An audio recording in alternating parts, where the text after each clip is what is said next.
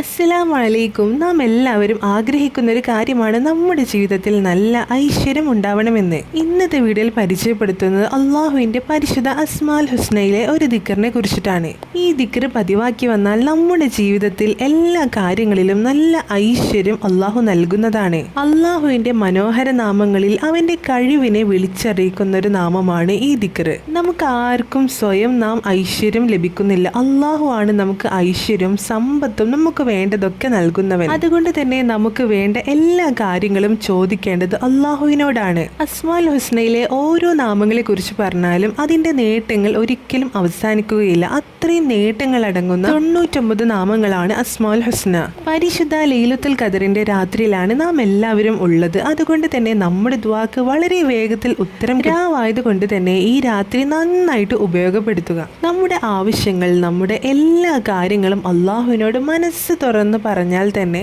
അള്ളാഹു തീർച്ചയായിട്ടും നമ്മുടെ ദുആ സ്വീകരിക്കുന്നതാണ്.